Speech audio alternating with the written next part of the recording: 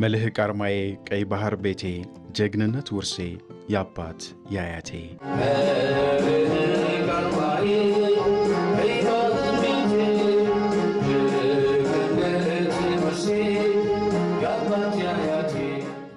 ይህ የጥንት ዘመን ውርስ ማሳያ የጀግንነት ሰንደቅ መስቀያ በልብ ላይ የታተመ የቀይ ባህር ውበቱ ነበር። የኢትዮጵያ የባህር ኃይል ጀግኖች ያሰሩት ኪዳን ቀይ ባህር የኢትዮጵያ መተንፈሻ፣ የህልውናዋ ደም ስር፣ የህዝቦቿም መተሳሰሪያ ገመዱ ነበር። ያው ምስክሮቹ ደግሞ የቀድሞ የባህር ኃይል አባላቶቹ እነ ማስተር ቺፍ ዘሪሁን ወየሳ ናቸው። ማስተር ቺፍ ዘሪሁን ወየሳ እንደሚናገሩት ያ ጊዜ ከዛሬው ጋር ቢታከል የጠንካራ ኢኮኖሚ ባለቤት ሀገር ኢትዮጵያ ትሆናለች ሲሉ ትውስታቸውን በማጋራት ይናገራሉ። ለኛ በጣም እኮ የተለየ ነው። እኛ ራሳችን ሀገራችን ነው ምንኖርበት ነው። ህዝቡ ጋራ አንድ ነን። በዛን ወቅት እንቅስቃሴው በጣም ደስ የሚል ወደቦች በሙሉ ሞልተው እንደገና ተጠባባቂዎች ባህር ላይ መልህቅ ጥለው የሚቆሙበት ሁልጊዜ ቢዚ የሆነ ወደብ ነበር።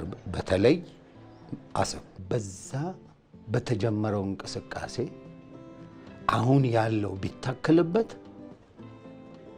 ዴፊኒትሊ ኢትዮጵያ ከምንም በላይ ከፍተኛ እድገት የምታሳይ አለ የሚባል ጠንካራ ኢኮኖሚ የምትገነባ አገር እንደምትሆን ምንም ጥርጥር አልነበረውም። ወደቦቻችን ትላልቅ ስራ የሚሰሩ የውጭውን የንግድ እንቅስቃሴ የሚያሳልጡ በጣም ትላልቅና ግዙፍ ወደቦች ነበሩን።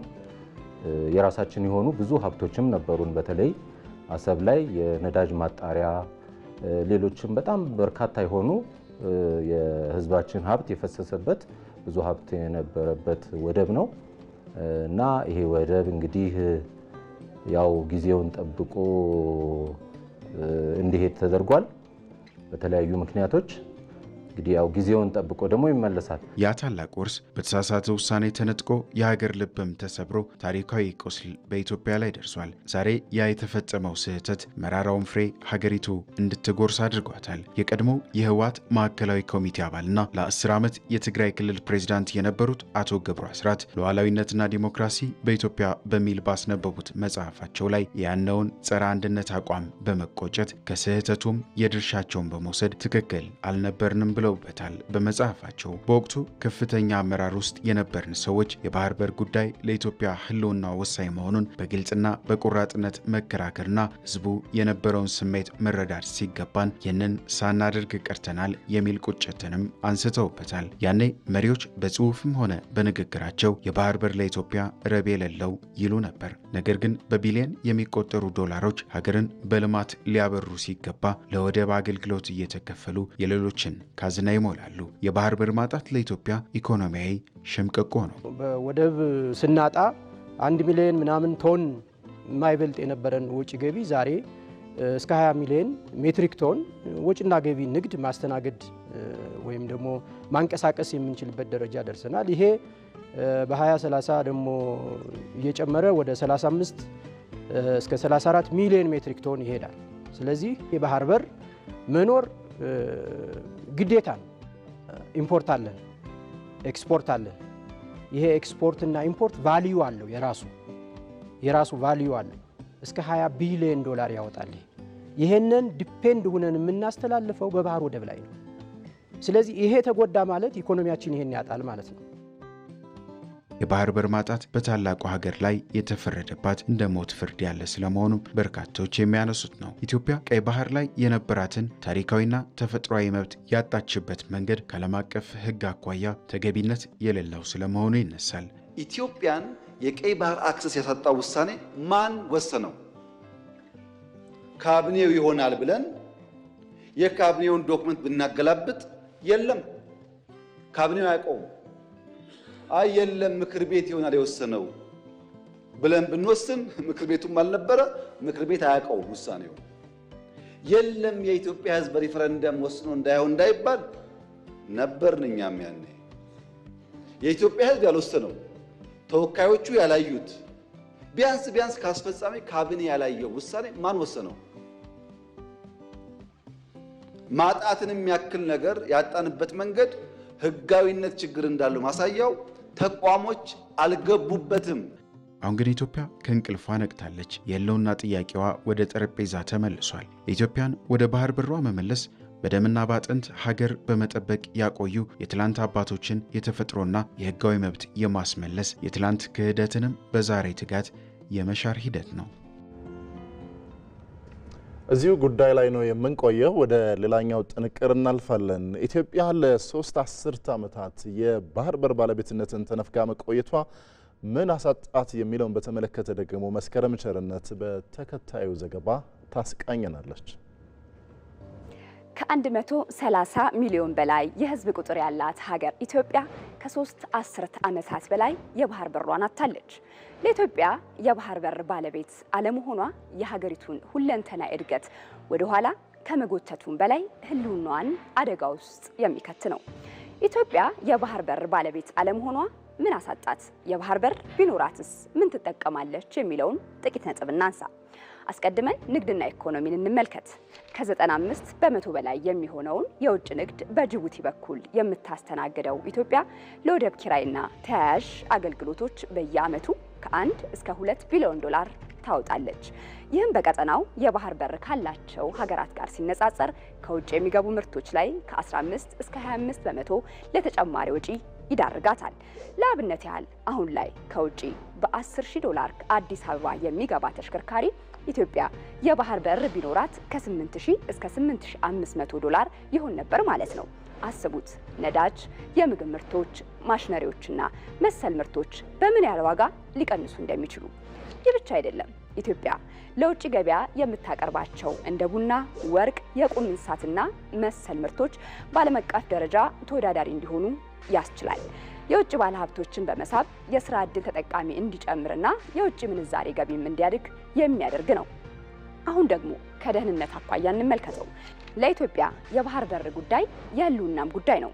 አሁን ባለንበት ዘመን ሀገሪቱ ከውጪ የምታስገባው የትኛውንም ነገር በሌሎች ሀገራት ባህር በር መሆኑ በተዘዋዋሪ የምታስገባውን ነገር ሁሉ እነርሱ እንዲቆጣጠሩ መፍቀድ ነው። ሀገሪቷ ሉዓላዊነቷን ለማስከበር ከምታስገባው የጦር መሳሪያ አንስቶ ለመኖር ወሳኝ እስከሆኑ ምርቶች በሌሎች የባህር በር መግባቱ እነዚህ ሀገራት በማንኛውም ጊዜ ስምምነታቸውን ቢያነሱ የሀገሪቱ ህልውና አደጋ ላይ ወደቀ ማለት ነው። ሀገሪቱ ሰፊ የአየር ክልል እንዳይኖራትም የሚያደርግ ነው። የባህር በር አለመኖሩ የኢትዮጵያ ጦር አውሮፕላኖች እንደ ልብ ተንቀሳቅሰው ደህንነቷን እንዳያስጠብቁ የሚገድብም ነው። በዚህ ምክንያትም ነው ሀገሪቷ አስተማማኝ ደህንነት ከባህር በር ጋር ጥብቅ ቁርኝነት አለው የሚባለው።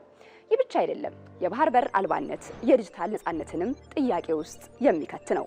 በአብዛኛው የዓለም የኢንተርኔት መስመር በባህር ውስጥ የተዘረጋ የፋይበር ኦፕቲክ ገመድ ላይ ይመሰረታል። የባህር በር የሌላት ኢትዮጵያ ግን በራሷ የምትጠቀመው ኔትወርክን በራሷ የባህር በር በኩል የተዘረጋ አይደለም። ይህም ሀገሪቱን ለከፍተኛ ወጪ ከመዳረጉም በላይ የሳይበር ደህንነቷን አደጋ ውስጥ የሚከት ነው። ይህ የተዘረጋው መስመር ቢቋረጥ ደግሞ ከዓለም ጋር ተቆራረጠች ልንለው እንችላለን። በሌላ በኩል በቀጠናው ካሉ ሀገራት ጋር ያላትን ትብብር ለማሳደግ የባህር በር ያስፈልጋታል። ሀገሪቱ የባህር በር ካላት ከጎረቤት ሀገራት ጋርም ያላት የመሰረተ ልማት ትስስር ያድጋል። በንግድ፣ በስራ ዕድል ፈጠራ ከጎረቤት ሀገራት ጋር በመስራት ለቀጠናው መጻኢ ዕድል ምቹ መደላድል መፍጠር ያስችላታል። አሁን ደግሞ በኢትዮጵያ ለመሰረተ ልማት እድገት የሚኖረውን ፋይዳ እንመልከት። የባህር በር ባለቤት መሆኗ ኢኮኖሚው ላይ በሚኖረው በጎ መንገድ የባቡር መስመርና የሎጂስቲክ ኔትወርክ እንዲስፋፋ በማድረግ ለዜጎች የስራ ዕድል የሚያመጣና ለኢንዱስትሪዎችም ዓለም አቀፍ ገበያ ጋር እንዲቀርቡ የሚያደርግ ነው። በአጠቃላይ የባህር በር ለኢትዮጵያ ጉዳዩ የባህር በር ብቻ የማግኘት ጉዳይ አይደለም። አጠቃላይ ኢኮኖሚያዊ ብልጽግና፣ ሀገራዊ አንድነትና ዘላቂ መረጋጋት የሚያመጣ ጭምር እንጂ። እዚህ ጉዳይ ላይ ቆይታ እናደርጋለን። ቆይታ ለማድረግ ተጨማሪ ሀሳቦችን እንዲሰጡን እንግዶችን ስቱዲዮና ከስቱዲዮ ውጪ በቀጥታ መስመራችን ላይ ጋብዘን ነው ቆይታ የምናደርገው። እንግዶቻችንን እናስተዋውቃችሁ። ጠበቃና የሕግ አማካሪ አቶ አንዱዓለም በእውቀቱ እንዲሁም ደግሞ ዶክተር ሰለሞን ጉርሙ የአቪዬሽን ሕክምና ስፔሻሊስት፣ በአርባ ምንጭ ዩኒቨርሲቲ ደግሞ የህግ መምህር ዳዊት ዘካሪያስ ከወላይታ ሶዶ ስቱዲዮ ከኛ ጋር ቆይታ ያደርጋሉ። ባነሳነው ጉዳዮች ላይ እንግዶቻችን ስለመጣችሁ እናመሰግናለን። እናመሰግናለን። በድጋሚ ወደ የመጀመሪያው ጥያቄያችን አቶ እንዳለማው ደርሶ ነውና ኢትዮጵያ በታሪክም በተፈጥሮም የባህር ባለቤት እንደሆነች ሁላችንም እናውቃለን፣ መረጃው አለን። በታሪክ አጋጣሚ ደግሞ ከባህር ባለቤትነት ተገላለች በተለያዩ ሴራዎች የተነሳ። አሁን ደግሞ ይህንን ጥያቄ ወደፊት አመጣ ከተረሳበት ወደ አጀንዳ ተቀይሯል። ከአጀንዳነትም ወደ ተቀባይነት እየመጣ ነው። ታዲያ ይህ አካሄዷ ከህግ አኳያ እና እንዲሁም ከዓለም አቀፍ ተጠቃሚነትም አኳያ ምን ያክል ፍትሃዊ ነው ማለት እንችላለን? እሺ አመሰግናለሁ። እንግዲህ በመጀመሪያ ደረጃ አሁን ላይ እየተነሳበት ያለው አግባብ ይህን ጉዳይ ለመመለስ በቂ የሆነ መንደርደሪያ ይሆነናል። ምንድነው ኢትዮጵያ ጥያቄውን ከሌላ አቅጣጫ ደግሞ ሆና አንስተዋለች። ያጣንበትን መንገድ እንፈትሽና መልሰን የምናገኝበት መንገድ እንዳለ እንየው የሚል በተለይ ክቡር ጠቅላይ ሚኒስትሩ በቅርብ በነበረው የፓርላማ ውሎ ያነሱት አካሄድ አለ። ኢቨን ያጣንበት መንገድ ተገቢ አለመሆኑን ከዚህ ቀደም ጀነራል ተሾመም ይመስሉኛል በእናንተ ጣቢያው እንደዚህ የተጠቀሱበት መንገድ አለ። ያ አዲስ አታይ ነው። ደግሞ አሁን ብዙ ጊዜ ይህን ኢሹ የምናነሳ የህግ ባለሙያዎችም እንደዚህ ጉዳይ ላይም ትኩረት የምንሰጥ ሰዎች አናየውም ነበር በዚህ አቅጣጫ። ግን እኔ አሁን ላይ የማስበው ሶሉሽኑ ያለው ያጣንበት መንገድ ኢፍትሐዊነትን መረዳት ላይ ነው። ተገቢነት በሌለው አካል የኢትዮጵያ የባህር በሯን እንድታጣ ከተደረገ ቃሉ ራሱ እንደሚያመለክተው በኋላ ላይ የማንሳት እድል አለ ማለት ነው። ፍትሐዊ ባልሆነ መንገድ የተነጠቀው ነገር ካለ በፍትህ መድረክ ድጋሚ መጠየቅ ትችላለህ ማለት ነው እና ኢትዮጵያ ከባህር በር እንድትገለል የተደረገበት መንገድ ስትፈትሸው ፍትሐዊ አለመሆን ብቻ ሳይሆን ግፍም ነው ተብሎ ሊወሰድ የሚችል ነው። ቅድም እናንተም ስታቀርቡ እየሰማሁ ነበር። በአንዳንድ ጊዜ በታሪክ አጋጣሚ ይህችን ሀገር ለማስተዳደር እድል ባገኙ ሰዎች ቸልተኝነትም ያለፈ እንደውም ዴሊብሬት በሚመስል መንገድ ነው እንድታጣ የተደረገውና ያ አታለች። አሁን ላይ መጠየቅ ትችላለች የሚለው ከዓለም አቀፍ ሕግ አንጻር ነው። ምንድነው ያን ያሳጣት አካል ሁላችንም እንደምንረዳው ለመጨረሻ ጊዜ የባህር በር ያጣ ነው በ1983 አካባቢ ነው። በዛ ጊዜ ኢትዮጵያን ያስተዳድር የነበረው የሽግግር ጊዜ መንግስት ነው። የሽግግር ጊዜ መንግስት ግዛትን የሚያህል ነገር ፎር ዋንስ ኤንድ ፎር ኦል ለማስተላለፍ ለማሳጣት ይሄ ስልጣን አለው የሚለው መፈተሽ አለበት። ኢቭን ክቡር ጠቅላይ ሚኒስትሩ በፓርላማ ያነሱት ምንድነው ሰነድ አለ ወይ ይሄ የተደረገበት አግባብ የሚያስረዳ ሰነድ አለ ወይ ብለው ሰነዱን ሲፈትሹ የለም። እንግዲህ በመንግስት ሲተካካ ከዳግማዊ አጼ ምኒልክ ጀምሮ አንድ ቦታ ላይ ዶክመንት ትቀባበላለህ፣ መሪ ነው የሚቀያየረው። የኢትዮጵያ መንግስት ከዚህ በፊት ይህን ያደረገበትን አግባብ የሚያሳይ በተቋም ደረጃ የተቀመጠ ዶክመንት የለም። ዶክመንቱ ከሌለ እንደውም በጣም ቀላል ነው። ዶክመንቱ ከሌለ ኢትዮጵያን ፐርማነንትሊ የሰጠችበት ትሪቲም የለም። ስለዚህ የሚያስገዳት ነገርም የለም ልትል ትችላለህ። ኢቭን ትሪቲ ቢኖር እንኳን አሁን እኛ እያየን ያለው ትሪቲ ቢሆን እንኳን ይሄ ትሪቲን በተመለከተ ዓለም አቀፍ ሕግ አለ። የቪየና ኮንቬንሽን ኦን ዘ ሎው ኦፍ ትሪቲስ የሚባል አለ። እዛ ላይ አንቀጽ 46 ላይ ምን ይላል? ይሄንን ትሪቲ የፈረመው አካል ያንን ለማድረግ ስልጣን ከሌለው ኦር ደግሞ ስልጣን ቢኖረውና የሀገር ውስጥ ፋንዳሜንታል የሆነ ሕግን ተላልፎ ከሆነ ያደረገው ኋላ ላይ የሚመጣው መንግስት ይህንን ነገር አልቀበልም ማለት ይችላል የሚል አንቀጽ አለ። በአንቀጽ 46 ላይ የተቀመጠ እንግዲህ ክቡር ጠቅላይ ሚኒስትር መለስ ዜናዊ ናቸው፣ ነፍሳቸውን ይማረው፣ እሳቸው ናቸው ይህን አደረጉ ተብሎ የሚታሰበው። ትሪቲም የለም። አድርገውት እንኳን ቢሆን በዛ ጊዜ በነበረው ስልጣን መጥቶ በየትም ሀገር ራቲፋይ በሀገር ውስጥ ተቋማት ራቲፋይ ባልተደረገበት ባልጸደቀበት ኢቨን በሽግግር ጊዜ ቻርተር ላይ የኢትዮጵያ የሽግግር ጊዜ መንግስት የሀገሪቷን ብሔራዊ ጥቅሞች በሚያስከብር መልኩ ይሰራል የሚል አንቀጽ 4 አለ። ስለዚህ ይህንን ተላልፈው ነው ጠቅላይ ሚኒስትር መለስ አሰብን አንፈልግም ብሎ ያስረከቡት ማለት ነው። ስለዚህ አሁን ወደ አንቀጽ 46 ስንመለስ፣ ወደ ዓለም አቀፍ ሕግ አንቀጽ 46 ስንመለስ ምን ያሳየናል? ፋንዳሜንታል የሆነ የሀገር ውስጥ ሕግን ተላልፈዋል ማለት ነው። አሰብ አልፈልግም ብሎ መስጠት ምንም ቢሆን ለሀገር ጥቅም ሊሆን አይችልም። ስለዚህ ያ የሰሩት ስራ ፋንዳሜንታል የሀገር ውስጥ ሕግን ተላልፈዋል ማለት ይቻላል። ስልጣኑም አልነበረውም። የሽግግር ጊዜ መንግስትም ይህንን ቴሪቶሪን የሚያህል ግዛትን የሚያህል ቆርሶ ለመስጠት ተገቢነት ያለው አካል አልነበርም ብለን መውሰድ እንችላለን። ስለዚህ ህጋዊ ድጋፍ አለው። በጣም ህጋዊ ድጋፍ አለው። መልካም ዶክተር ሰለሞን ወደ እርስዎ እንምጣና በተለይ እርስዎ ካሉበት የስራ ዘርፍ አንጻር የምንመልከተው ኢትዮጵያ የባህር በር በማጣቷ በአየር ክልሏ ረገድ ምን አሳጥቷታል ማለት እንችላለን? እንዴት አደራችሁ? አመሰግናለሁ። አገራችን ብዙ ነገር ነው ያጣችው። በዛም የለሌ ነው፣ ዘርፈ ብዙ ነው። ያው ብዙ ጊዜ የባህር በር ሲነሳ ሰው የምድሩን ብቻ ነው አሁን እያነሳ ያለው። በሌላ መልኩ ግን አገራችን የባህር በር በማጣቷ ያረር ክልሏም የተገደበና አለች ማለት ነው በዲፎልት እና ይሄ ያሳጣት በተለይ አንደኛው እንግዲህ ዓለም አቀፍ ህጎች አሉ። እነዚህ ዓለም አቀፍ ህጎች በተለይ ቺካጎ ኮንቬንሽን የሚባለው 1944 አካባቢ ያለው የትኛውም ሀገር ከነሱ በላይ ያለው ቴሪቶሪ ላይ ማለት ነው በተለይ በባህር ዳር ያሉት እስከ 22.2 ኪሎ ሜትር ድረስ የማስተዳደር እና የመጠቀም ሙሉ መብት አላቸው። ወደ ላይ ደግሞ ቨርቲካሊ እስከ 100 ኪሎ ሜትር ድረስ ማለት ነው።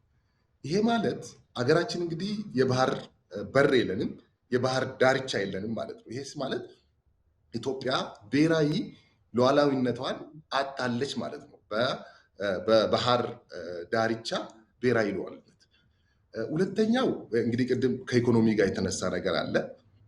ከኢኮኖሚ ጋር ደግሞ እንግዲህ አየር መንገድ ወደ ተለያየ ሀገር በሚበርበት ሰዓት በተለይ እንግዲህ ኤሪትሪያ ከያዘችው ከስትራቴጂክ ሎኬሽን አንጻር እንበልና ያው ያንን ህግ ተጠቅማ የኢትዮጵያን አየር መንገድ ለምሳሌ በኢትዮ ኤርትራ ጦርነት ጊዜ እና ከዛ በኋላ እንዳይበር አድርጋው ነበር ያን ህግ ተጠቅማ ማለት ነው። ስለዚህ ይሄ በሚደረግበት ሰዓት አየር መንገድ ምን ይገደዳል? ተጨማሪ መንገዶች መሄድ ይጠበቅበታል። ኢቭን እስከ 500 ኪሎ ሜትር አካባቢ ተጨማሪ ማለት ነው። ይሄ ደግሞ ምን ያደርጋል? የአውሮፕላን ነዳጅ ወጪ ይጨምራል።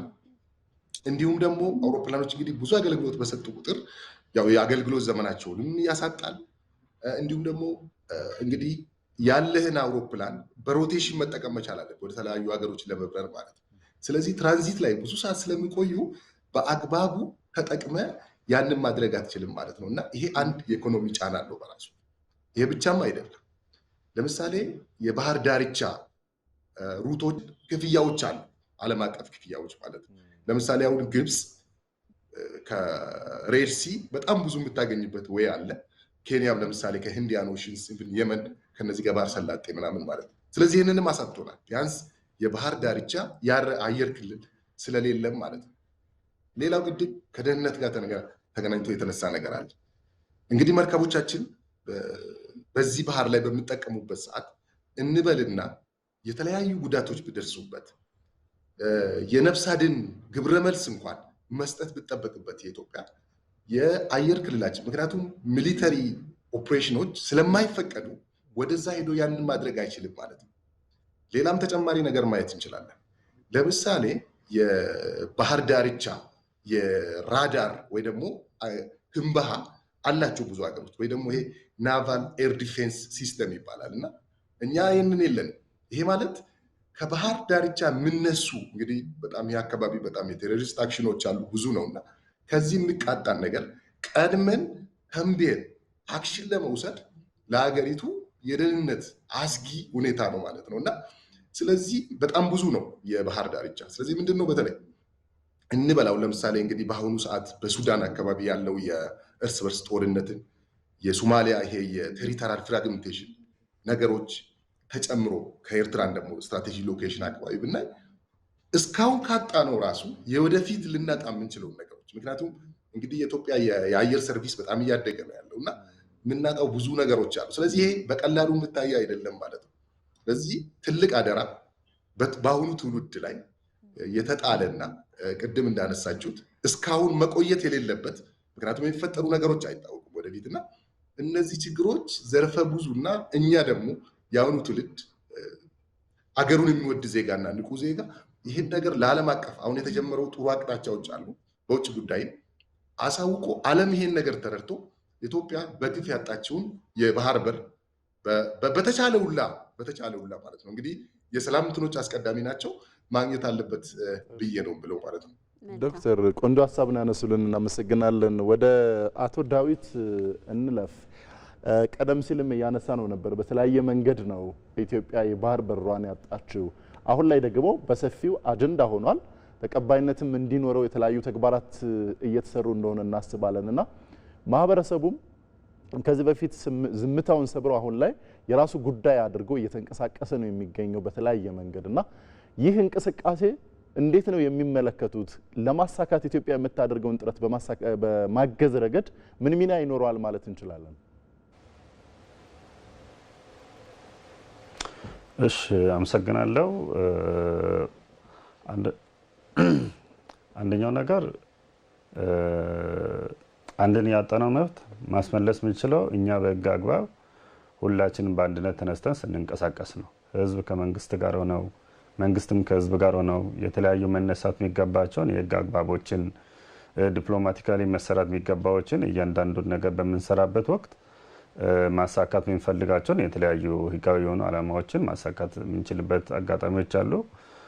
ባለፈው በነበረው ፓርላማ ላይም ጠቅላይ ሚኒስትሩ እንዲሁም በተለያዩ አጋጣሚዎች ሲነሳ የነበረው እንዲሁም ህዝቡ እያነሳ ያለው ጥያቄ ግልጽ ነው። ምንም እኛ ባህር በር ያጣነው መንገድ ህጋዊ አይደለም፣ በህግ አግባብ አላጣንም።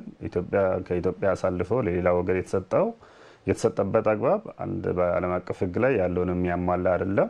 ስለዚህ የኛ የሆነው ለኛ ይገባናል ነው። ይህን ሁሉ ሰው በተመሳሳይ ተሆነ እየጠየቀ የሚቀጥል ከሆነ እንዲሁም በህግ አግባብ ይሁን ዲፕሎማቲካሊ የማሳካት እንትኗለን የሚል ግምት አለኝ። አንዱ ዓለም ወደ እርስዎ እንምጣና በተለይ ኢትዮጵያ የባህር በር ባለቤት መሆኗ ከቀጠናው ጋር ያለውን ግንኙነት እናንሳው። ለቀጠናው እድገት ምን ያህል አስተዋጽኦ ይኖረዋል? ከዚህ አንጻር ይህንን ጥያቄ በተለይ ሌሎች ሀገራት እንዲደግፉት ወይም ደግሞ በምን መልኩ ነው መደገፍ ያለባቸው ይላሉ? እሺ ጥሩ። ኢትዮጵያ እንግዲህ አሁን ቀጠናው ስንል ኢስት አፍሪካ ላይ ትልቁ ሀገር ነች። ኢስት አፍሪካ ያሉት ሀገራት የሁሉም ፖፑሌሽን ቢደመር ኢትዮጵያ ይበልጣል። ግዙፍ ኢኮኖሚም ዘሆርን የምንለው ላይ ኢትዮጵያ ነች። ስለዚህ የኢትዮጵያ በዚህ ጉዳይ ላይ ማንሰራራት፣ በዚህ ጉዳይ ላይ ተጠቃሚ መሆን የኢስት አፍሪካ ጥቅም መሆኑ ምንም ያጠራጥር አይደለም። ኢትዮጵያ ሪዝነብል የሆነ ምክንያታዊ የሆነ የማሪታይም አክሰስ ቢኖራት ቅድም እናንተም ስታቀርቡት እንደነበረው በኢኮኖሚ ጥሩ መነቃቃት ይፈጥራል። የምታስገባቸው ሸቀጦች ዋጋቸው ከዚህ በፊት ከነበረው ይቀንሳል። ይሄ ደግሞ በቀጠናው ላይ ዲስትሪቢዩት ሲደረግ ለቀጠናውም ጥቅም ይሆናል ማለት ነው። ሁለተኛ ቀጠናው እንደምታውቁት አሁን ላይ በተለይ ከሁቲ አማጽያን ጋር በተያያዘ የባህር ዘራፊ ወንበዴዎች ጋር በተያያዘ ብቻ ችግር ውስጥ ገብቷል። እዚህ ላይ ኢትዮጵያ አንድ ቫያብል የሆነች ስቴት ነች፣ የተከበረች ትረስት የምትደረግ እና አደራ ምሰጫት ምትያት ሀገር ነች። ወደዚህ ቀጠና ብትመለስ ትልቅ አድቫንቴጅ አለው። ከዚህ ቀደምም ይህንን ኤሪያ ስትቆጣጠር የነበረች ሀገር ነች። ቴሮሪዝም አንድ ወይም ሽብር የምስራቅ አፍሪካ አንድ ተግዳሮት ነው። ፓይሬሲ ቅድም ያነሳ ነው አለ። ኢሌጋል ፊሽንግ ወይም ደግሞ ህገወጥ የአሳ ንግድ አንድ ራሱን የቻለ ችግር ነው እና በተለይ ደግሞ አሁን ደግሞ ለአውሮፓውያኖችም ስጋት የሚሆነው ሂውማን ትራፊኪንግ እዚህ ኤሪያ ላይ አለ። እዚህ ኤሪያ ላይ የኢትዮጵያ ባህር ኃይል የኢትዮጵያ መንግስት ቀይ ባህር ላይ እንደገና መመለስ ማለት ለሪጅኑ ለቀጠናው በጣም ትልቅ ጉዳይ ነው እና ኢትዮጵያ ቅድም እንዳልነው ይህንን ነገር አንስተዋለች። ቅድም ያላነሳሁት አንድ አለ። ኖርማሊ ከዚህ ያጣንበት መንገድ ብቻ ሳይሆን ጥያቄውን ስናነሳ ፍትሐዊነቱ በደንብ የሚያረጋግጥልን ደግሞ ዶክትሪን አለ፣ ዓለም አቀፍ ዶክትሪን ዘ ፕሪንሲፕል ኦፍ ቫይታል ኢንትረስት የሚባል አለ። ቫይታል ኢንትረስት ማለት እናንተ ሁሌ ስታነሱት በመሰማው ቃል የህልውና ጉዳይ ተብሎ የህልውና ጉዳይ የህግ ድጋፍም አለው።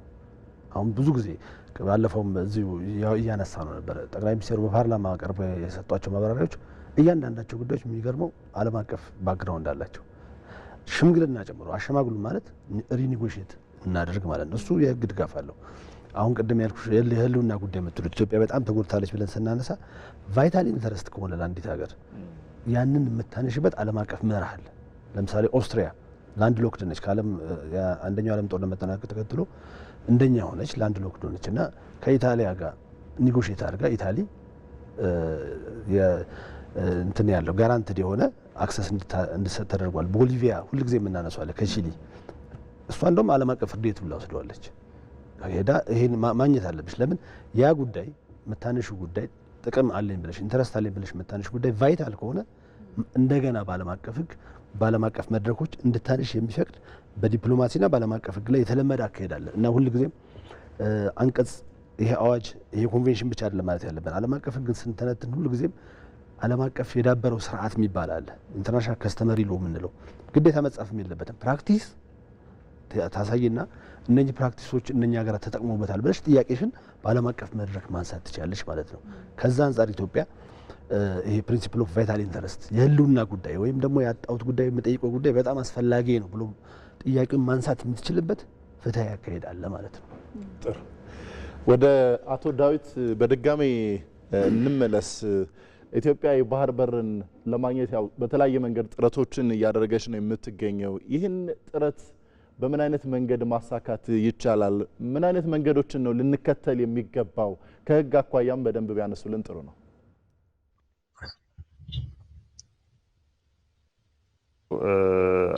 አንደኛው ደረጃ በዓለም አቀፍ ደረጃ ኢትዮጵያ ክርክር ብታቀርብ አሸናፊ የምትሆንባቸው የተለያዩ የህግ ክርክሮችን ማንሳት ትችላለች። የመጀመሪያው ኢትዮጵያ ባህር በሯን እንድታጣ ያደረገውን ውሳኔ የወሰነው አካል ማን ነው ነው። ይሄ በትክክል ሊሰመር ያለበት ጥያቄ ነው። እንግዲህ አሁን ባለን መረጃ መሰረት ምንም አይነት ኢንስቲቱሽናላይዝድ የሆነ ወይም ዶክመንተሪ የሆነ ባህር በሯ ኢትዮጵያ እንድታጣ የተወሰነ የተቋም ውሳኔ የለም። ስለዚህ ኢትዮጵያ የባህር በሯን አልፈልግም የሚባለው የተገለጸው እንግዲህ በተለያዩ አጋጣሚዎች እንደምንሰማው በግለሰብ ደረጃ በተሰጡ መግለጫዎች እና በተገለጡ አግባቦች ነው። ይሄ ደግሞ የተሰራው በሽግግር ወቅት ነው። የሽግግር መንግስት ዓላማው ከመጀመሪያውንም የአንድን ሀገር አካልን ቆርጦ የመስጠት ስልጣን የለው። የሽግግር መንግስት ዓላማው አንድን ሀገር ከገባችበት መስቀለኛ መንገድ ማውጣትና ዲሞክራሲያዊ የሆነ መንግስት ለሚመጣው ሁኔታዎችን አመቻችቶ ስልጣንን ማስረከብ ነው። ከዚህ አንጻር ስናይ በ1983 ዓመተ ምህረት የተቋቋመው የሽግግር መንግስት ዓላማው ምን እንደሆነ ከዚህ ጋር በግልጽ በሚታይ ሁኔታ በሽግግር መንግስት ቻርተር ላይ በመግቢያው ላይ እንዲሁም በተለያዩ አንቀጾች ላይ በግልጽ ተቀምጧል። ለዚህ አካል አንድን የሀገር አካል ቆርጦ ለሌላ አካል እንዲሰጥ የሚያደርግ ምንም ስልጣን አልተሰጠውም። ይህ ስልጣን ካልተሰጠው ይሄ አካል በዚህ አግባብ ስልጣን ባልተሰጠው ጉዳይ ላይ የሚሰጠው ውሳኔ በሀገሪቱ ላይ ዓለም አቀፍ ግዴታን የሚያመጣ አይደለም። የሽግግር መንግስት ቻርተር በሰዓቱ ለ5 ዓመታት የታወጀው በግልጽ የሚያሳየው የሀገሪቱ ሁሉ የበላይ ህግ በሚል አንቀጽ 18 ላይ በግልጽ ተደንግጓል። ይሄኛውን በመተላለፍ የኢትዮጵያን አካል አልፈልግም ብሎ አንደኛው አካል ካስተላለፈ ኢትዮጵያ ያላት ደግሞ ክሌም በቪየና ኮንቬንሽን በ1969 በወጣው በቪየና ኮንቬንሽን ላይ አንቀጽ 27 ላይ በግልጽ ተቀምጣለ። አንድ ሀገር ኮንሰንትን በአግባቡ አልሰጠውም በሚል አንድ ዓለም አቀፍ ግዴታን አልወጣም የሚል ክርክር ማቅረብ አችልም ብለው በልዩ ሁኔታ ግን በአንቀጽ 46 ላይ የተቀመጠዋል። ምንድነው ብለው ያ የተወሰነው ውሳኔ የሀገሪቱን ፋንዳሜንታል ላውን መንፈስት በሆነ ሁኔታ የሚጥስ ከሆነና ኖርማል ፕራክቲስና ጉድ ፌዝ ጋር የሚጋጭ ከሆነ በያንን ግዴታ ተመልሳ የማጣን መብት እንዳላት በግልጽ ይጠቅሳል። አሁን በሽግግር ወቅት ጊዜ ባህር በር አንፈልግም ተብሎ የተወሰነ ውሳኔ ስልጣን በሌለው አካል የተወሰነ ውሳኔ ነው። ይህን ኢትዮጵያ ተመልሳ የማጠን ህጋዊ መብት አላት። ዓለም አቀፍ ህጉም ይህን የሚደግፍ ነው። በሁለተኛ ደረጃ ከዚህ ጋር በተያያዘ የኤርትራን ሪፈረንደም በኢትዮጵያ ላይ ያለው አስገዳጅነትና እንዲሁም ኢትዮጵያ ይህን የመቀበል ግዴታን የሚመለከት ነው። እንግዲህ አንድ አካባቢ ራሴን በራሴ አስተዳድራለሁ የሚለው መብት በተለያዩ ዓለም አቀፍ ስምምነቶች ላይ ተደንግጎ ነው የሚገኘው። ለምሳሌ በአይሲሲፒአር አንቀጽ 1 ላይ እንዲሁም በማህበራዊ ኢኮኖሚያዊና ባህል መብቶች ቃል ኪዳን ስምምነት ላይ አንቀጽ 1 ላይ እንዲሁም በዩኤን ቻርተር አንቀጽ 1 እና 55 ላይ በግልጽ ተደንግጎ ነው ያለው ሰልፍ ዲተርሚኔሽን ራይት የሚባለው። በሌላ በኩል ደግሞ አክሰስ ቱ ሲ ራይትም በተባበሩት መንግስታት ላው ሲ ላይ እንዲሁም ከዚህ በፊት በነበሩ በባርሴሎና ኮንቬንሽን እና በተለያዩ ዓለም አቀፍ ስምምነቶች ውስጥ ተካቶ ነው ያለው። ሁለቱም እነኚህ መብቶች ሰልፍ ዲተርሚኔሽን ራይት እና ላው ሲ አክሰስ ቱ ሲ ራይት በካስተመሪ ኢንተርናሽናል ደረጃ እንደደረሱ በዓለም አቀፍ ደረጃ በብዙ መግባባት የተደረሰባቸው ናቸው። ስለዚህ የኤርትራ ህዝብ ሪፈረንደም ይጠይቅ ከሆነ የኢትዮጵያ ህዝብ ደግሞ በኤርትራ የሚባለው አካባቢ ሪፈረንደም ይጠይቅ ከሆነ ቀድሞ ደግሞ ሀገር ሆኖ የሆነው አካል ላው ሲ ራይት አለው። እነኚህ ሁለቱ ራይቶች የሚፈጸሙ ከሆነ በተመሳሳይ ሁኔታ የሁለቱንም አካላት ጥቅምን ባላንስ ባደረገ ሁኔታ ነው መፈጸም የነበረባቸው። ነገር ግን የተደረገው ነገር የኤርትራን መብት ሙሉ በሙሉ 100% የሚያስከብር የኢትዮጵያን መብት ደግሞ ሙሉ በሙሉ በሚያሳጣ ሁኔታ ነው የተፈጸመው። ይሄኛውን ደግሞ የኤርትራን ሪፈረንደም በተመሳሳይ ሁኔታ እውቅና ሰጥቷል የሚባለው የሽግግር መንግስት ነው። ቀደም እንዳነሳሁት የሽግግር መንግስት ይሄን የማድረግ ስልጣን የሌለው መሆኑ አንድ ነገር ሆኖ ሁለት ካስተመሪ ኢንተርናሽናል ደረጃ በደረሱ መፍቶች ላይ የአንደኛው መፍትን 100% አስከብሮ ሌላኛው ሙሉ በሙሉ ላንድ ሎክድ በሚያደርግ ወይም ሲግኒፊካንትሊ መፍቱን ሃርም በሚያደርግ ሁኔታ ውሳኔ የሚሰጥበት የህግ አግባብ የለም። ይሄ ዓለም አቀፍ ህግ ድጋፍ የሌለው ነገር ነው። ስለዚህ ኢትዮጵያ እነኚህ ክርክሮችን በቬና ኮንቬንሽን 1969 አንቀጽ 27 እና አንቀጽ 46 መሰረት ክርክር የምታነሳ ከሆነ ያለምንም ጥርጥር እኛውን ጉዳይ የባህር አክሰስ ጉዳይን የማሸነፍ ፕሮባቢሊቲ በጣም ሰፊ እድል ነው ያላት። ጥሩ እንግዶቻችን ጠበቃና የህግ አማካሪ አቶ አንዳለም በእውቀቱ እንዲሁም ደግሞ ዶክተር ሰለሞን ጉሩሙ የአቪዬሽን ሕክምና ስፔሻሊስት፣ በአርባ ምንጭ ዩኒቨርሲቲ የህግ መምህር ዳዊት ዘካሪያስ ከወላይታ ሶዶ ስቱዲዮ በቀጥታ መስመሮቻችን እንዲሁም እዚህ ስቱዲዮ ተገኝታችሁ ላነሳናቸው ጥያቄዎች ምላሽና ማብራሪያ ስለሰጣችሁ እናመሰግናለን። መልካም ቀን ይሁንላችሁ። መልካም ቀን።